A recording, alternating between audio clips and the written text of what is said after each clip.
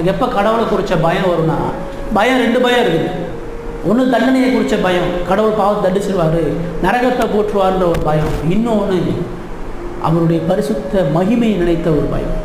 இவ்வளவு மகிமை பொருந்திய தேவனுக்கு முன்பாக நான் எவ்வளவு கவனமாக, எவ்வளவு ஞானமாக, எவ்வளவு பயபக்தியாக அவருக்கு முன்பாக வாங்குன்ற பயம். அந்த பயத்தை தான் சொல்லுவேன். அந்த பயம் எனக்கு எப்போ உருவாகும்னா, நான் சிலுவையை நோக்கி பார்க்கும்போது இயேசு பிதாவினுடைய கோபத்தை சுமந்த அவருடைய சிலுவை மரணம் எனக்கு தேவ பயத்தை கொடுத்தது.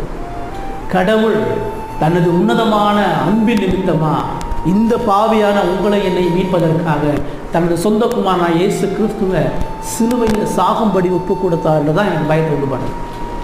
நான் எப்போ கடவுளுக்கு பயந்து வாழ்வேனா, எவ்வளவு ஆழமான அன்பு கொண்டிருக்கிறார், எவ்வளவு உயர்வான அன்பு கொண்டிருக்கிறார், எவ்வளவு பரிசுத்தமான அன்பு கொண்டிருக்கிறார், எவ்வளவு ஈடு இணை இல்லாமல் நித்தியமாக என்னை